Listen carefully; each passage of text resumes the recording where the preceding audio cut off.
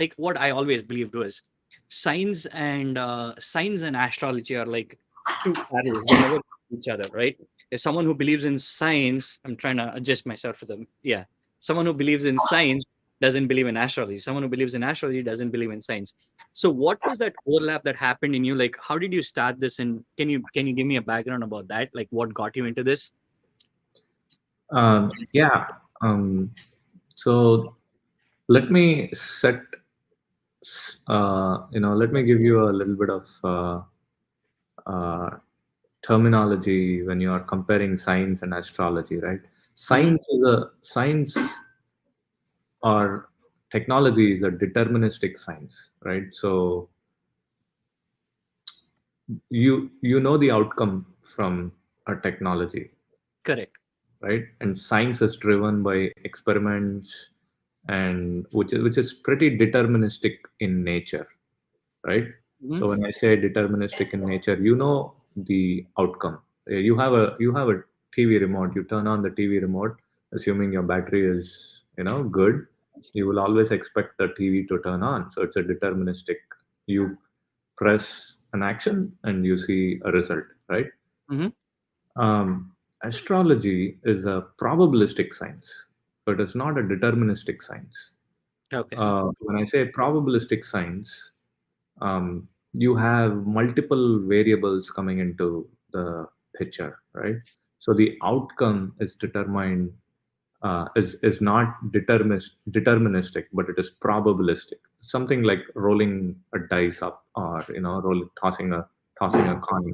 Fine, rolling a die. Um, right, but the more you dive deep into it, the more you will start understanding that there is a method to this probabilistic science, which you would only start appreciating when you understand the fact that this probabilistic science, the foundations for this probabilistic science, was laid by our great rishis many, many, many, many years ago, purely based on empirical observations from the sky.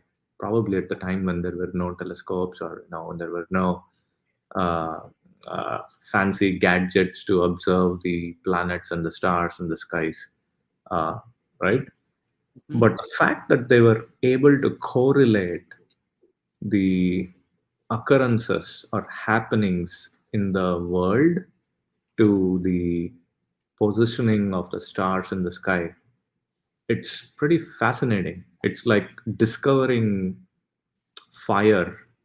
And from fire, when you first discover fire, you, you do not necessarily connect that with, oh, I can cook meat or I can cook vegetable, right?